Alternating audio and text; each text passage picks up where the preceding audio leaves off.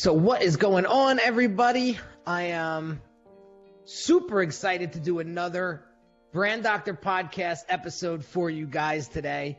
I have an amazing guest on the show, and it was literally coincidence that we've met. And I told you guys, every year I try to pick a charity of choice, and last year we did United Dog Rescue. We had a lot of fun down there in Fort Lauderdale. And this year I wanted to find a charity that was close to my heart, something that really I was passionate about, and something that was more personal. I mean, I love dogs, and we have Canelo over here, and it's always hanging out. But I wanted something that was going to make a little bit more of a deeper impact. And so I was up late one night on a Saturday, and I was Googling charities that helped the sexually abused. And for some of you guys that may or may not know this, I didn't really talk about this for many, many years, and I'm 37 years old, and I just, with all the shit that's going on in the world today, and the end of 2017, and I said it's time to sort of come out and talk about this and shed light on it, because when I came out and talked about this for the first time publicly, I did not realize how many other people out there that this happened to. And when I was 10 years old, I was sexually abused by one of my mom's friend's sons. And to this day, it's always been something that I've buried in my life for many, many years. Because it's just a dark moment in my life. And back then, I didn't even know what the fuck was going on. I thought it was like a game, because that's how it was presented to me, until I grew up and realized what the hell was going on and how wrong it was. And I remember the day going to my mother saying, this is what's going on. And I remember being brushed off like I wasn't telling the truth. And then it took 3 more times for my mom to even get the balls to talk to her friend about what was going on. And so now I have a son who's 5.5 months old, and I feel like a lot of this has come back, and it's been amplified now, because God forbid that ever happens to him. And so I was up late on a Saturday night, and I was Googling, and I found this website, and it was called A Voice for the Innocent. And I spent a good hour on the site looking at his social media platforms and reading the story of the founder. And it was very touching, and I was connected with it. And I just donation right off the bat. I just said, let's go. Let's go. And so I reached out to Jamie via email, and I just let him know that he was chosen as the charity of choice for Unique Designz in 2018. And we connected, and it's just a beautiful organization. So without further ado, I want to introduce Jamie Cyrus. Jamie Cyrus. I knew I was going to mess it up. Jamie Cyrus, who is the founder of A Voice for the Innocent. What's going on, Jamie?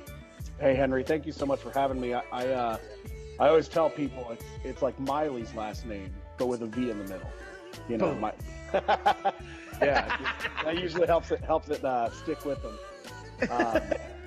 Yeah, so I mean, thank you for having me. Thank you for speaking so passionately about what you experienced and so, raw. And I think, in so many ways, that is what this organization is based on, is helping people be able to tell their story. And because what we know is that in order, if somebody feels like they need to find help, they want to talk to a counselor, whatever that might look like for them, the first step of that is telling the story, and for so many people, it can be hard to tell the story out loud. It can be hard to say it out loud.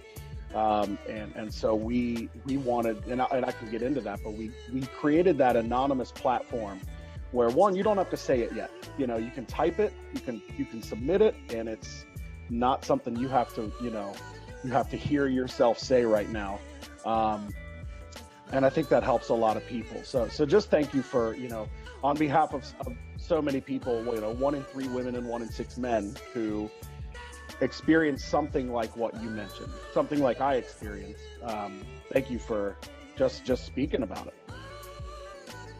Yeah, no, you're welcome. And so I want to get into sort of how you created A Voice for the Innocent from the ground up, and what was the passion behind it. And if you don't mind sharing your story. Sure.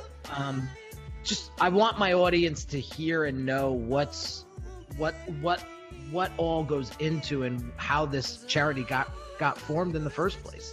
Sure. So I usually start kind of far back. I was raised by a single mother, and I was her only child. So it was always just, me and her. And for the first several years of my life, probably 5 or 6 years, maybe even up to 8 years, I'd met my dad, just a handful of times.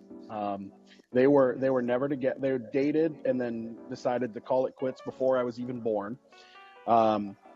And I met him, a couple times, just as a very, very young kid, but it wasn't anything consistent. And so as I was growing up, I was always asking my mom where my dad was. And her answer to me was just always, your dad loves you very much, but he just doesn't quite know how to be a dad, or he's not ready to be a dad. So I was always fine with that answer.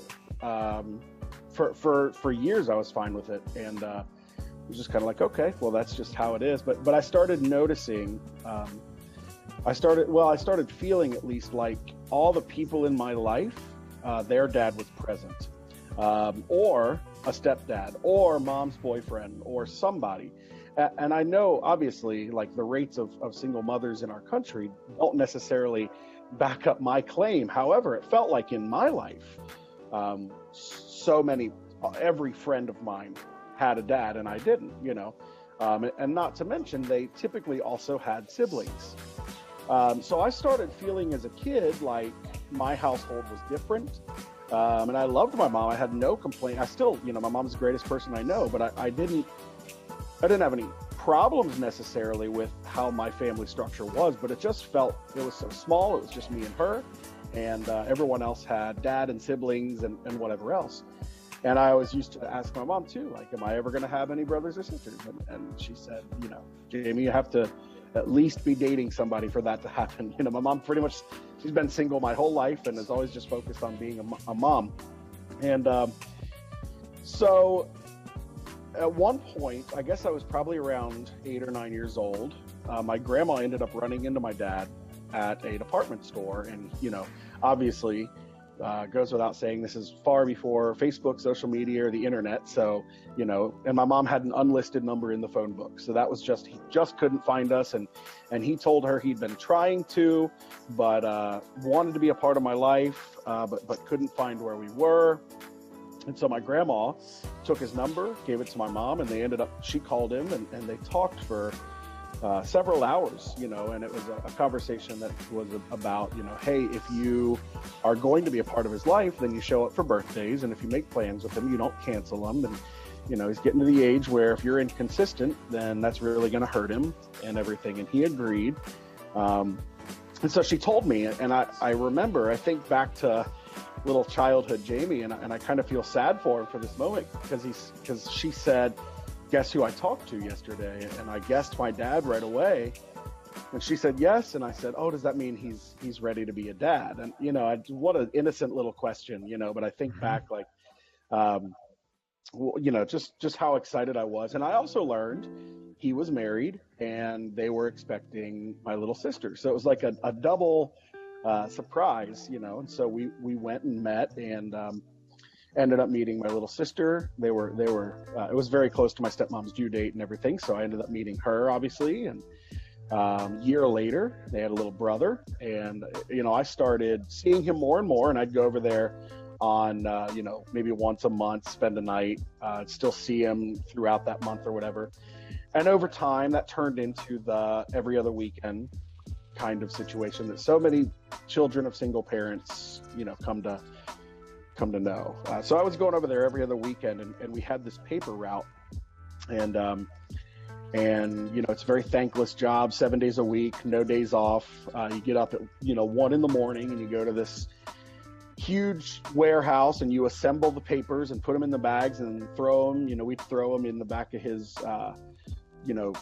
Ford Windstar or Dodge Caravan, whatever he had, and go deliver the papers. And it took several hours a night. And on the weekends that I was there, I'd go with him. So we'd go do this thing at 1 a.m. We'd drive around. He would always stop at the same BP station and get himself a coffee. He'd get me a French vanilla cappuccino, and we'd turn on 90s country music like Alan Jackson and Garth Brooks, stuff like that. And this is just what our soundtrack was for the night. And we'd drive around, and it was the same thing every time. And he'd let me throw the paper out at certain houses and everything. And what kid doesn't want to throw anything out a window anyway? So it was great for me. We had this whole routine, and when we would get home, the routine started to turn more sinister because the rest of the house was still asleep. And during these hours, he started showing me pornography and sexually abusing me. And this went on for, it escalated and got worse. The whole thing lasted about 3 years. At this part in my story, I usually bring this up because I think it's important. I was a very educated kid, specifically around sexual issues. My mom was very upfront. We called body parts the body parts they were. She got me, books for adolescence that talked about puberty and talked about growing up and had definitions and body part and anatomy. And I knew all this stuff. I knew what sexual abuse was and rape and harassment. I knew all these things as a kid. At least I had the definition of them. But I didn't recognize my own situation for what it was. And that's not my fault. I was a kid, but I just couldn't identify it. That was its own definition, and my story was its own thing. And I know that you had talked about it being presented to you as a game almost. For mine wasn't looked at as a game. It was looked at as our secret, and I didn't even ever dream of telling anybody. Not because of any other reason than I thought I would get in trouble. My mom, for all of the, for as open as she was about pretty much every topic there was, she was pretty strict about a lot of things. I wasn't even allowed to watch The Simpsons growing up. So she just didn't like me watching certain things. So certainly I'd get in trouble if she found out I was watching pornography every other weekend.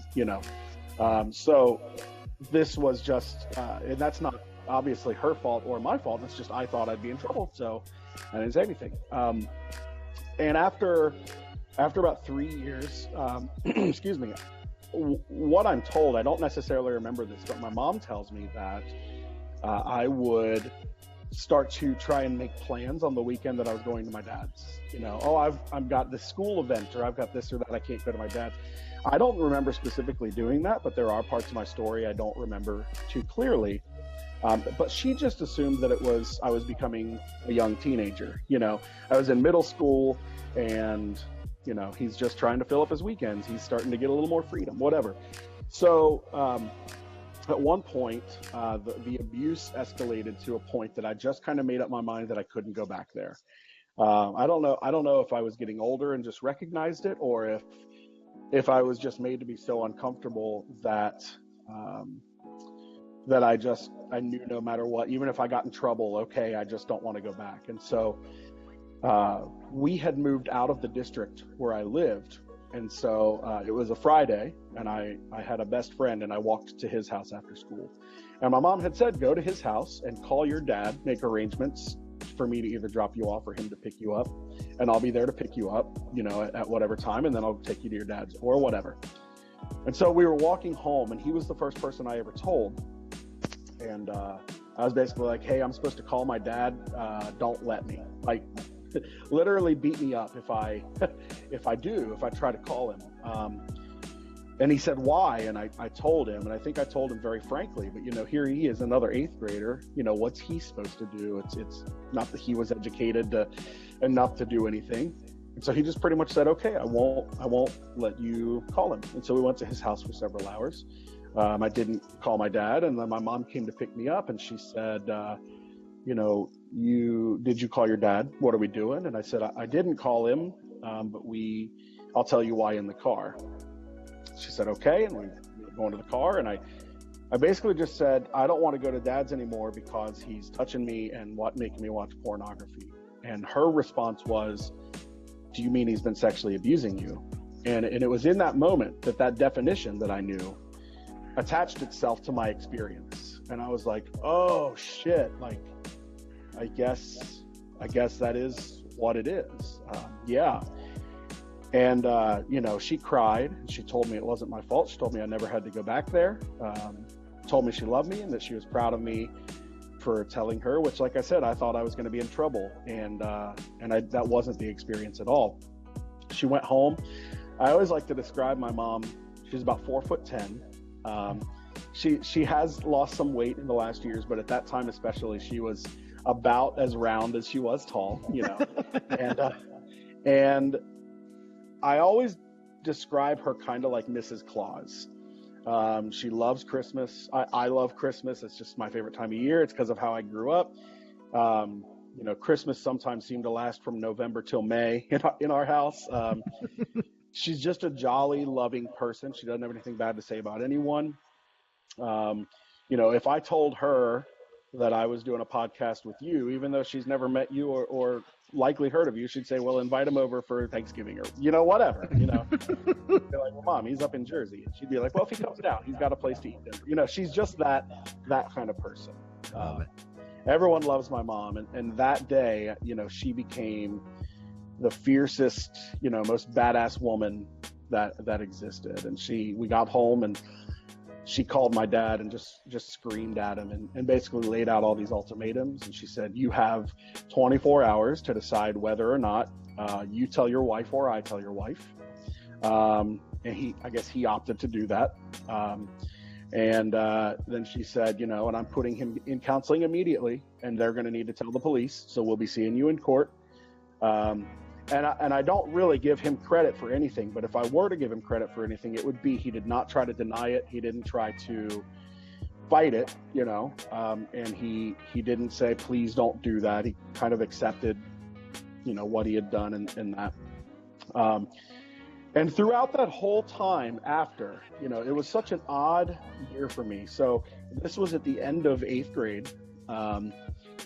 And I had said we moved out of district, and I was finishing up my school year at the district I'd always been in, but we actually lived about 20 minutes away. So I was going to be starting a new school for high school.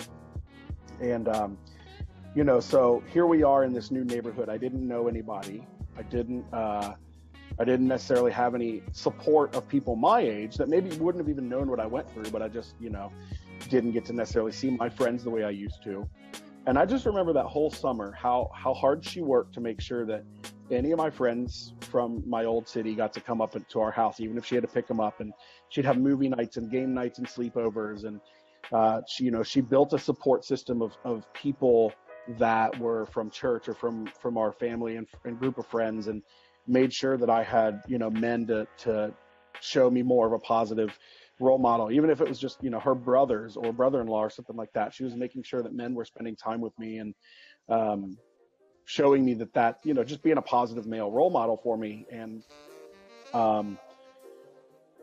any decision that was able to be made by me, she let me make it with no questions. And a lot of that we did have to go to court. So if I didn't have to be there at a court date, she would leave it up to me, and I remember the court date for the sentencing, I had always said I didn't want to go. And the morning of, I guess I woke up and decided I did want to. So she canceled all of her plans that day and made sure I was able to get down there. And the whole time, making sure I knew how loved I was by her, by other people, making sure that her and other people were telling me in their own ways that what happened wasn't my fault, that that's not the way it's supposed to be. And that I'm not a different person because of what happened. And, as a kid, a lot of times, especially during high school, it'd be like, Mom, like, I get it, like, I understand, but I know what she was doing. And I think that it was effective because I was able to walk away feeling like I didn't do anything. I was able to walk away knowing that I didn't do anything wrong. And you know, certainly it's the abuse that I went through has shown itself in, you know, relationships, my inability to trust sometimes. It's shown itself in anger problems and in things that I've dealt with. But because of how she responded, I always had a solid ground to stand on when dealing with those issues. And so I would always talk about my story. I talked about it in high school, the time that I was in college, and I'm a musician. That's what I always did. I was always gonna be a famous musician or whatever. That's, you know. And so I would play in so many bands, and I know I sent you the recording of one of them based on one of your previous clients, and we had a lot of fun, you know, and we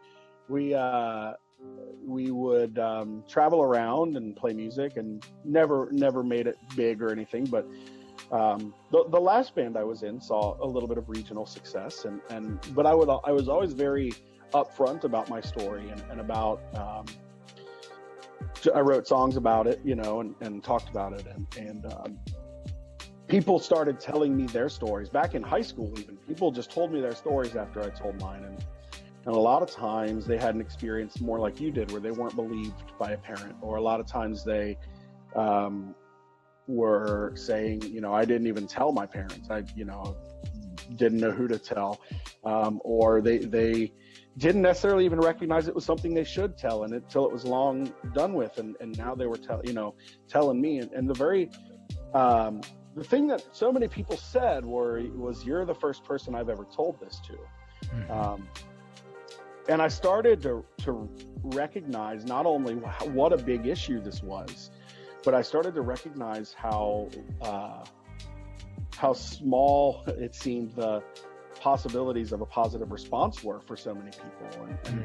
And you know, I was just, I didn't really think at that time, I need to do anything. I just didn't really quite get it.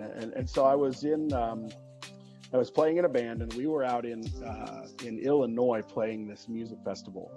And it was like nighttime, and one of the headliners were playing. It's this huge stage, and it's at the bottom of this big hill. And I'm sitting there just getting ready to watch this headliner, and they invite this guy to come out. And turns out his name was Jamie Twerkowski, and he founded an organization out of Florida called To Write Love on Our Arms. And they help people who struggle with anxiety, depression, substance abuse, you know, self-harm, suicidal thoughts, things like that. That's kind of their wheelhouse. And so he comes out before this band plays, and he spoke for like 3 to 5 minutes just about their services, about, you know, if you're feeling this, you're not alone. If you have a loved one going through this, here's how to support them. Just very basic stuff. But he's speaking to hundreds, probably thousands of people at this thing. And I thought, God, what a cool resource. You know, I've never dealt with clinical depression. I'm not a typically anxious person. A lot of those issues don't necessarily apply to me, but how cool would that be for the people here that it probably did affect, you know? And I thought somebody should do that for sex abuse, you know? And that was it. It wasn't going to be me, you know?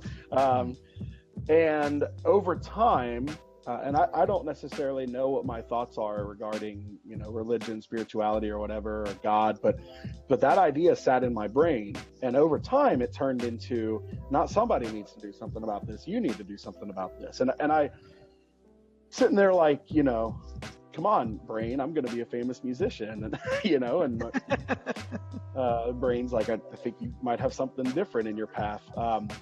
And so the last band that I was playing with, you know, I always said, you know, I'm just too busy. Running a band you're really busy with promotion and shows and travel and practice and all that, and I don't have time, and plus I don't know how to start a nonprofit. And I knew I wanted it to be a website where people could anonymously share stories. I didn't know how to build a website. I didn't know anyone that knew how to build a website. So I had the idea in 2009. I made a MySpace page for it and a Twitter account for it, but then I did nothing else. I didn't know what else to do, you know? So I continued playing music, had this idea in the back of my head. And in that couple of years, I met a guy named Eric, who was a friend of a bandmate of mine.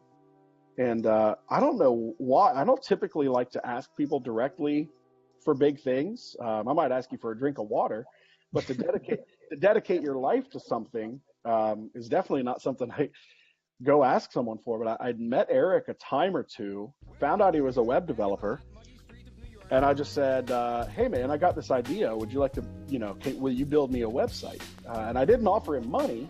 He didn't ask for money, and I also didn't know what a big undertaking that was. In my head, I built websites for my bands in the late 90s, early 2000s.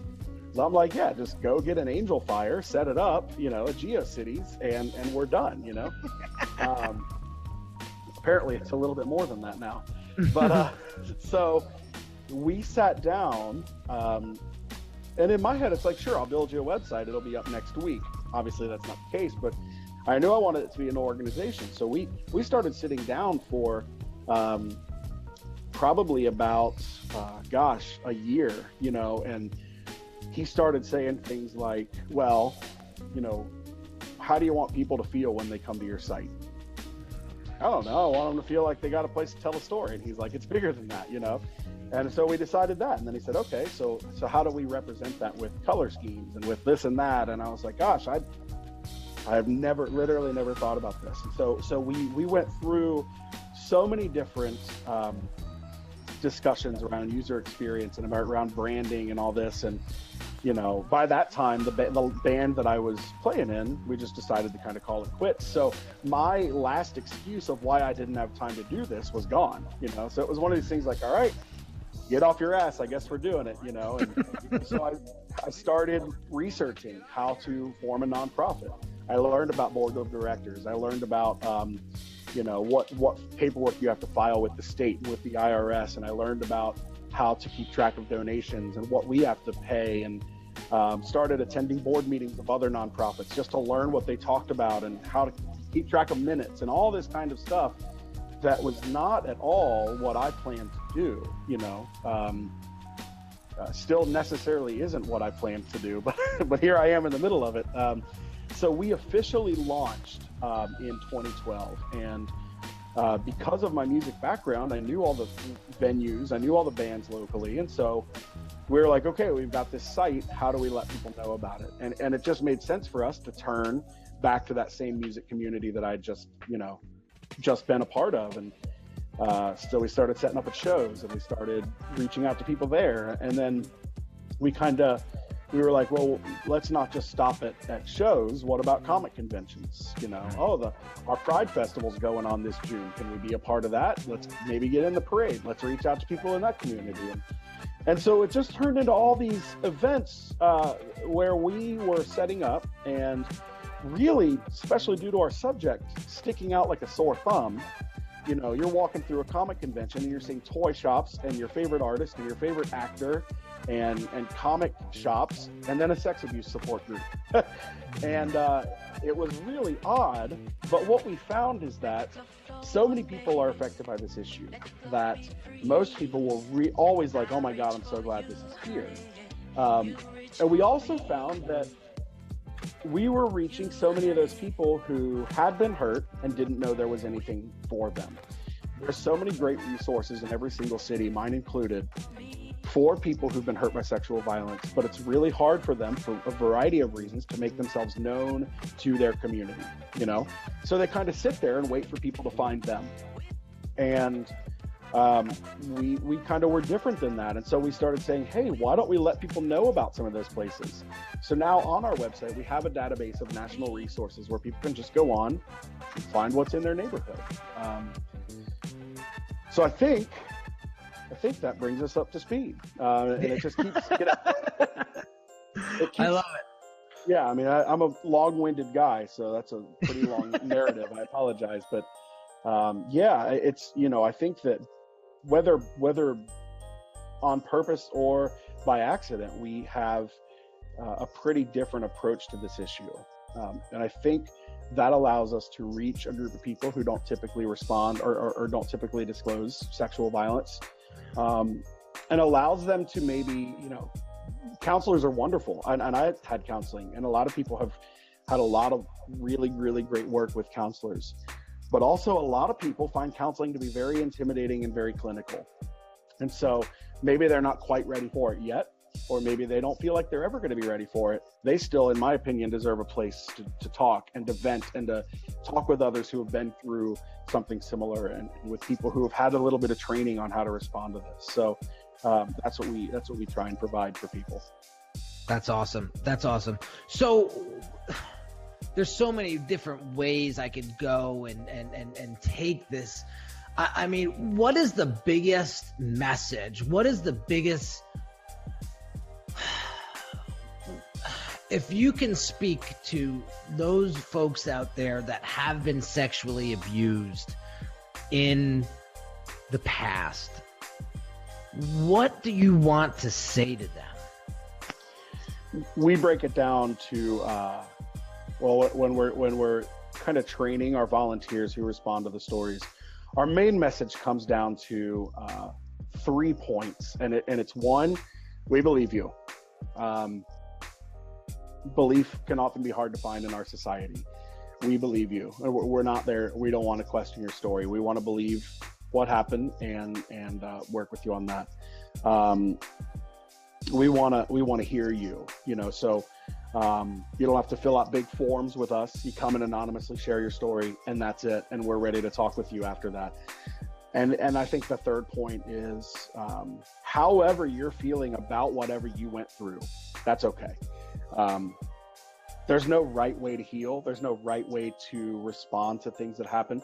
These are traumatic things we're talking about, and people respond differently. I know people who are angry, and rightly so. I know people who are sad and deal with depression because of it. I know people who want to make jokes about their own story because they feel like if they can use humor, they can get themselves through it. I've been that person, obviously I'm not walking around just joking about my situation, but sometimes I've done that as kind of a therapy with, close trusted friends or people.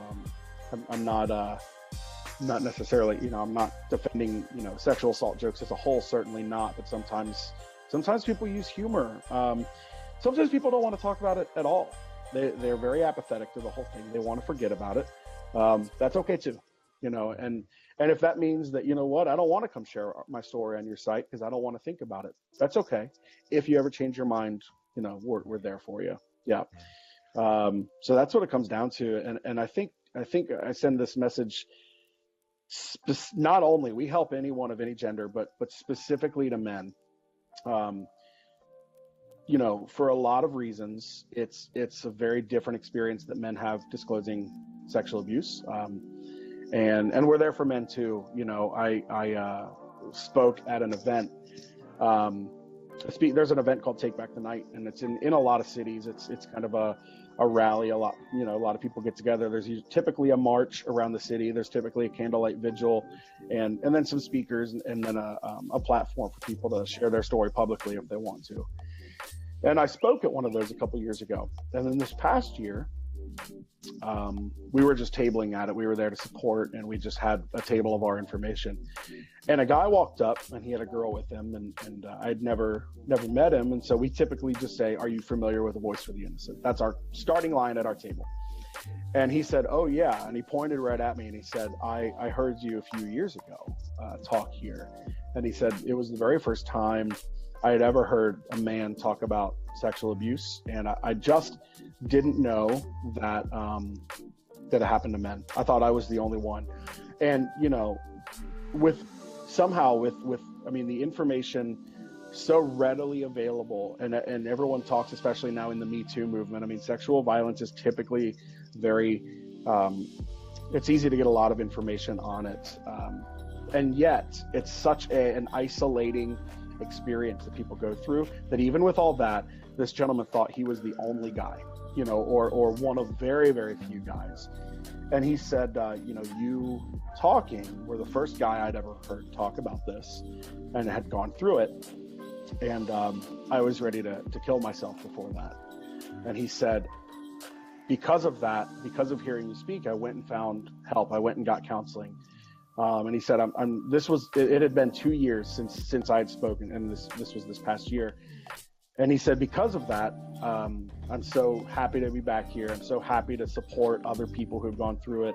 I feel genuinely happy in my life. I married my best friend, who was the lady that he had walked up with.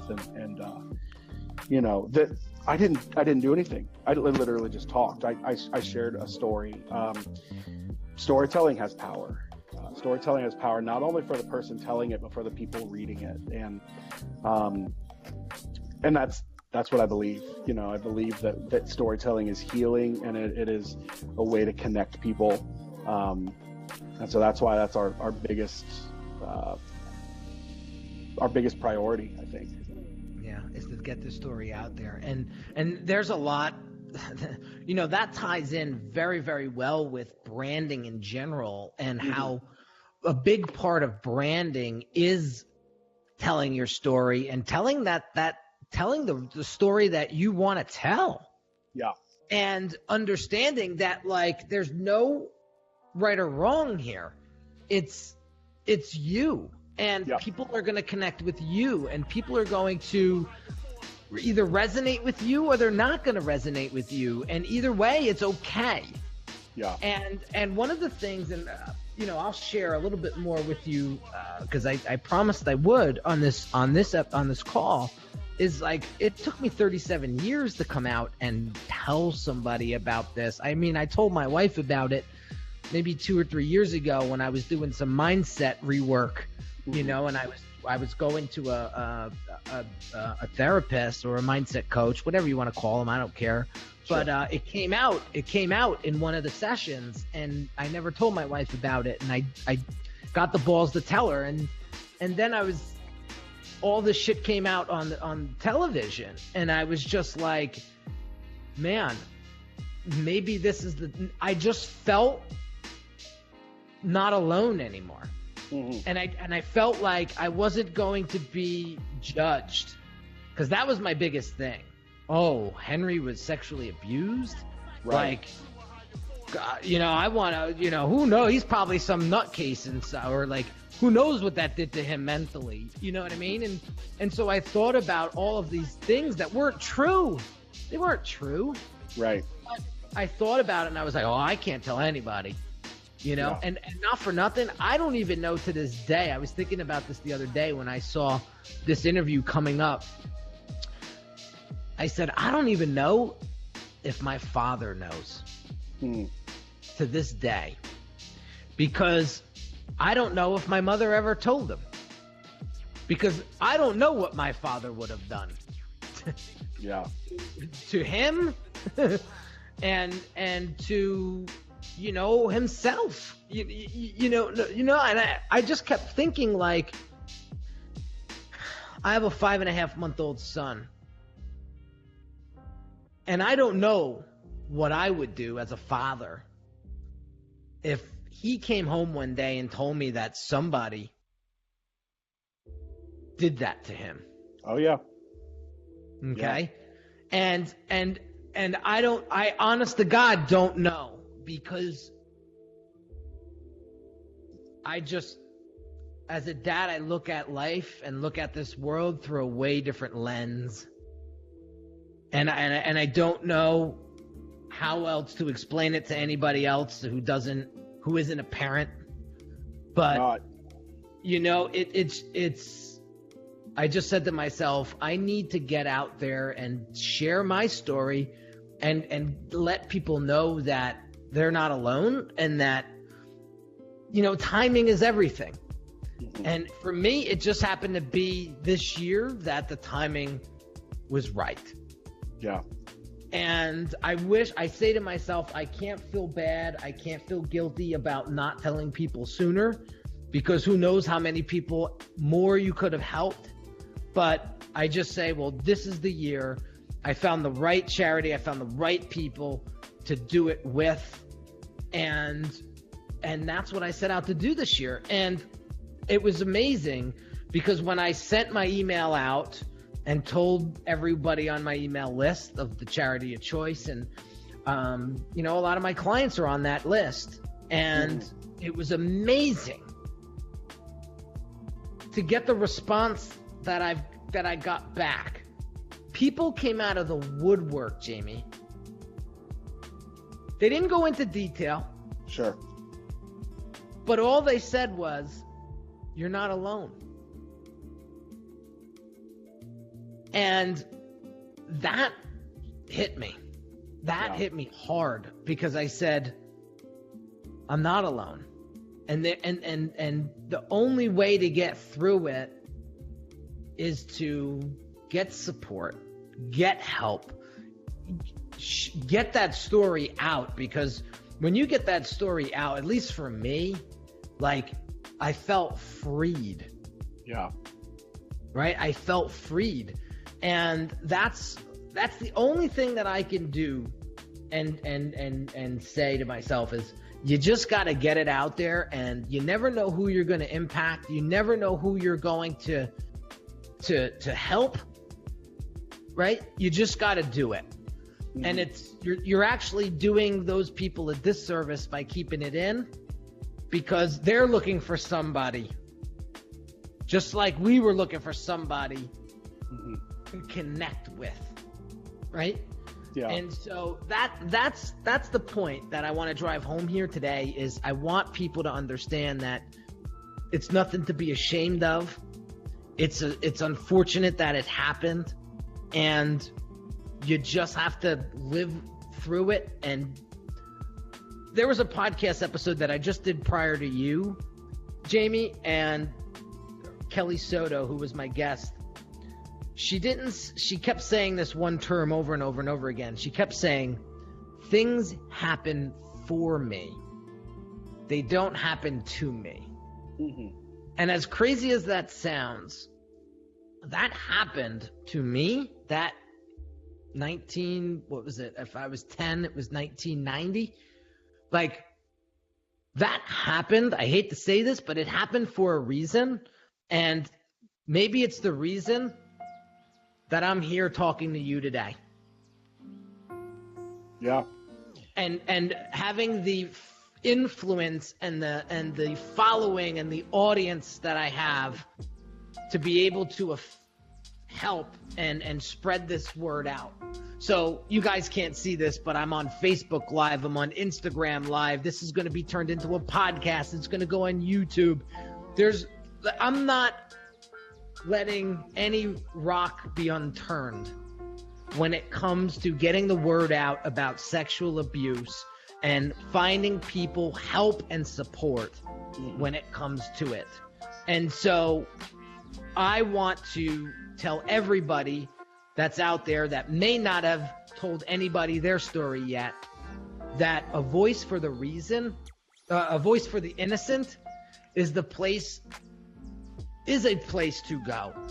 And I have your Instagram handle here on Instagram, and on Facebook, it's, if you just type in and search query, a voice for the innocent. And if you go online, and it's avfti.org, correct? That's it. And just go and check them out. And I invite you to support them, donate to them. Do it for me.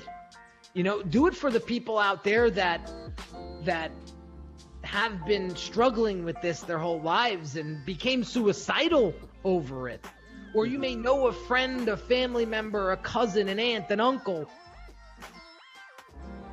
that might have gone through a similar situation. Do it for them. Do it in their name. Because I'm doing this in my son's name. Because he needs to know this. And he needs to know it early. So he doesn't get duped into thinking it's some sort of sick game. And so, I got to take a second. You said so many poignant things there. And when I think about what sharing that story can mean for somebody, I have a friend. He's from the Bronx. He lives in Ohio now. He actually kind of looks like you if every inch of you but your head were covered in tattoos. And he talks with a super thick, New York accent, and just this all around like badass dude. And you would, you wouldn't want to say a cross word to him. That's the kind of presence he has, and every other word out of his mouth is a cuss word. And I mean, he's great. He's a really funny guy, but he was a kid, and he now talks about sexual abuse. That's pretty much, he has a job that supports him going around speaking about this. So I don't mind sharing his story because he's so public about it. He was raped as a kid by a neighborhood kid, and he always talked about, his parents and family were not really supportive of him. They weren't there for him, and he just thought he was a bad kid, and he thought he deserved being hurt. And he just, we're talking 7 years old, 8 years old, and he just thought he was unlovable and a bad kid. And even if those weren't the way he phrased it in his head, that's just who he was. That's how he thought. And so he grew up and, got in, as you can imagine, just didn't have a great path. He was in trouble all the time, developed a drug addiction, developed an alcohol addiction, got in fights, went to jail for assault. I mean, he was in a tough spot. And he talked to, he never told anyone about what happened to him as a kid, and one of the time, I don't know if it was a therapist he was speaking to, or maybe someone who was, kind of a therapist for inmates or something like that, and was talking with him, and he was talking about whatever the surface level problems were that you could see, that, the fighting, the addictions, the low self-image, whatever, the anger. And I forget, he knows his name, but whatever therapist he was talking to said, look, Mike, I don't know what it is, but you've got something in your gut and you need to deal with that. And if you don't deal with that, these surface problems aren't going to go away, And I think he even said, "I will fuck you," and walked out. And it took him some time to really take that in and think like, okay. And so he ended up talking. And when he started talking about it, he started realizing like, that ain't my fault. That was some 7-year-old kid. That wasn't his fault. And, my parents, they weren't great for me, but that didn't mean I deserved that. And he started talking about all this. And then he started realizing that he had less of a temper to control. He had less anger, and don't hear me saying this is easy. You're right. I'm not saying this is an overnight fix. You tell your story and tomorrow all your problems are gone.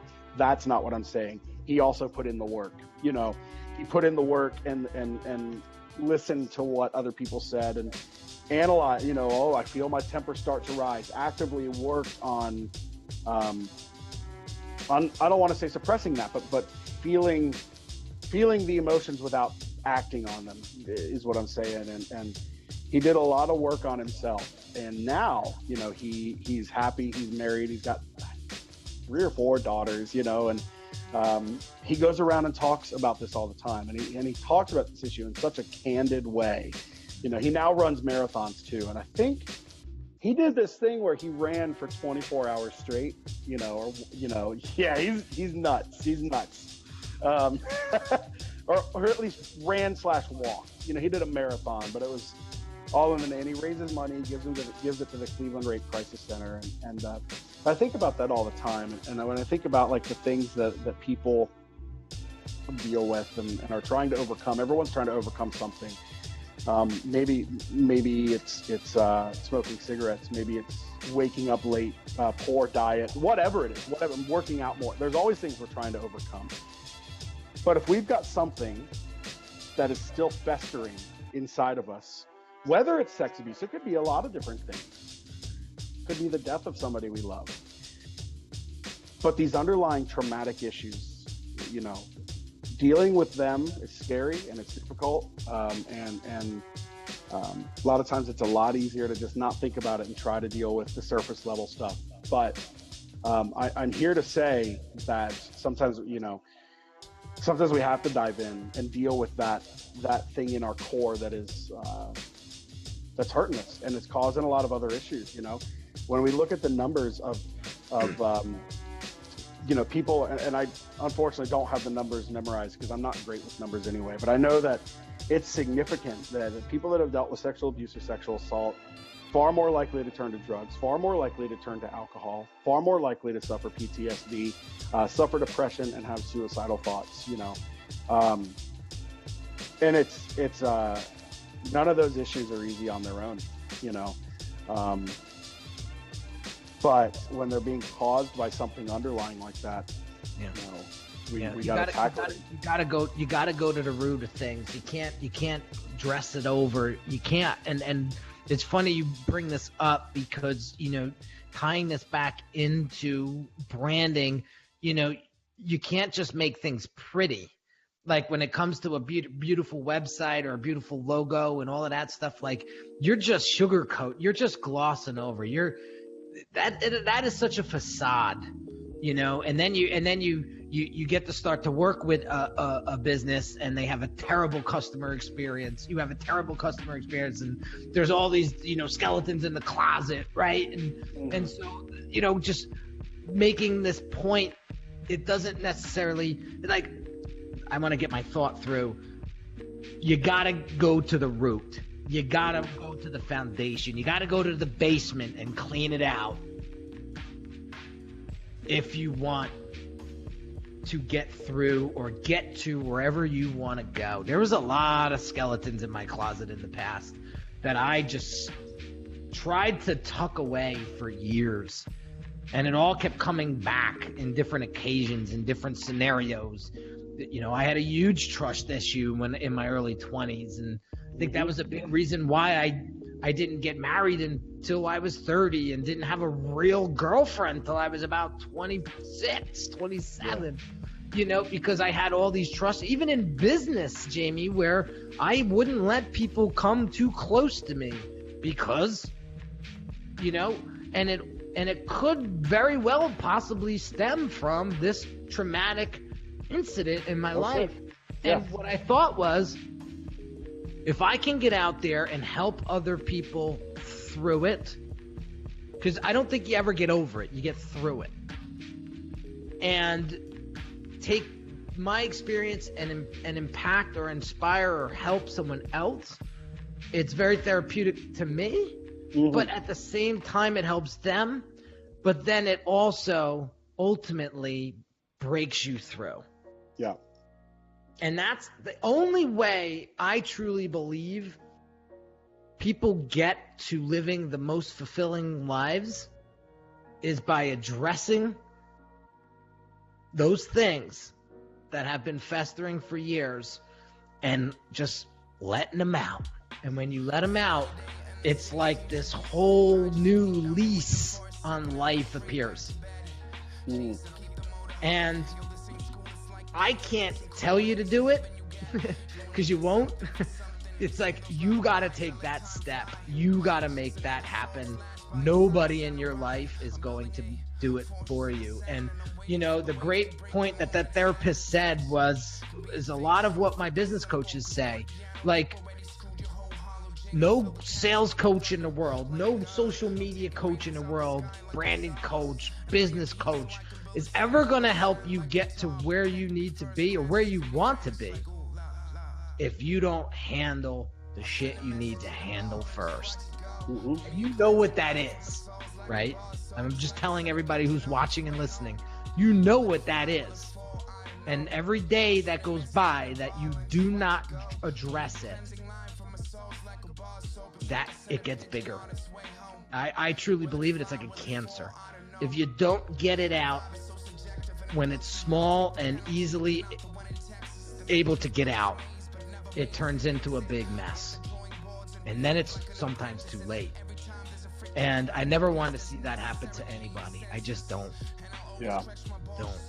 Yeah, to your I do want to say to your point, because you mentioned you don't get over it, you get through it, and I think that's true to an extent. But what I would also offer to go alongside that you don't get over it in the sense that you forget about it like you would maybe forget about other things. But I think you can definitely find genuine peace with it. Okay. And that's just what I think. I mean, it's, you know, yeah, I've been wronged in the past and I've already forgotten about them. I'm never going to forget about this. And by getting over, I think that's fair. I mean, my life is dedicated now to stopping this because I was affected by it. So in that way, I'm never gonna get over it and not care about this issue. But I have found peace. I am genuinely happy. I'm happy in my marriage. I'm happy in my job. I'm a genuinely happy guy. So I think that in the sense that I'm not carrying that pain around with me anymore, I think it's possible to get over it, you know. And I just wanted to add that because I think there's genuine hope for survivors of sexual violence. I really do. I believe that. I've seen it, and I've watched it. You know, you also talk about how your having a son changed perspectives for you, your perspective on things. And I've got a 14-year-old stepson. I've been with my wife around 8 years now, and so I met him when he was 6, and I've officially been in most of his life. You know, I can say that. And he was a great kid, and it is interesting how kids change your perspective. You know, it's due to him. I mean, every relationship that I was in took the same course. I'd get upset, or we'd get in a fight, and I'd break it off because I'm not dealing with this because for whatever reason, and whether it's big or whether it's small, I'm done with it and I'm out. 2 days later, we'll be back together. You know, but it created very toxic, unhealthy relationships that were never going to go anywhere because I would just throw in the towel anytime I got remotely upset. And when my wife and I decided that we were friends for about a year before we dated, when we decided we were going to start dating, we had this discussion and kind of said,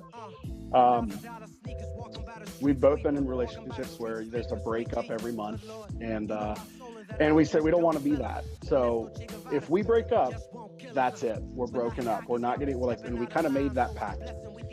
And so the very first time that I started to feel that that rising sense of nope, get out of this, you know, for whatever reason, I don't remember even why it was there. But that sense of you know, you got to throw in the towel. This isn't for you. Get out, move on with your life. I had this secondary thing I'd never experienced before because I'd never dated anyone that had a kid, and I don't have any of my own. Had this secondary thing of what's that showing him? You know what I mean? What are you showing him if you just throw in the towel and leave now? And I was, you know, so in a way, for me, having a kid, which I never thought I wanted kids, you know, it was a big decision for me to date somebody with a kid. And so for me, having that change in perspective, yes, it does come in with I have to protect him from this stuff. And I feel that every day. I talk with him a lot about this issue and other issues. But it also made me better. It made me have to address that trust issue of you know, you're going to have to learn to trust. You're going to have to learn to be in a relationship where sometimes you're upset, you know. Yeah. And I think in turn, my wife and I are very happy, and I love spending time with her, and I'm very happy to be married. It's another thing I never thought I would do, you know. But yeah, me either. Yeah. I just want to for you know, anyone that may be listening or watching that, you know, isn't quite sure, I just want to stress, I fully believe in hope. I fully believe that, you know, you can come to peace with this. You can find help. You can find support, and we're happy to be there for you, you know, and it's anonymous. You don't have to tell us who you are. It's free. We're not going to charge you anything. We're not going to ask you for money. We're ready to talk with you. Yeah, that's awesome. And so, James, I didn't realize. He said, "How long should I, how long should I block out for this interview?" I said, just 30 minutes. We're breaking an hour. Well, you know, I asked that because originally I thought I might be staying at work to do it. And then in the last minute, I decided to drive home, which I live about 35 minutes from work. So I was a little bit late, but so now I'm fine now. I got to call at 5 with someone else, but so we're going to wrap up, guys. You know, Jamie, for those folks that are watching and listening, please share all of your social media. platforms and handles, and tell them again what the website is. Sure. Facebook, just search A Voice for the Innocent. We're there. Twitter and Instagram, it's just at AVFTI. Website is avfti.org, or avoicefortheinnocent.org works as well.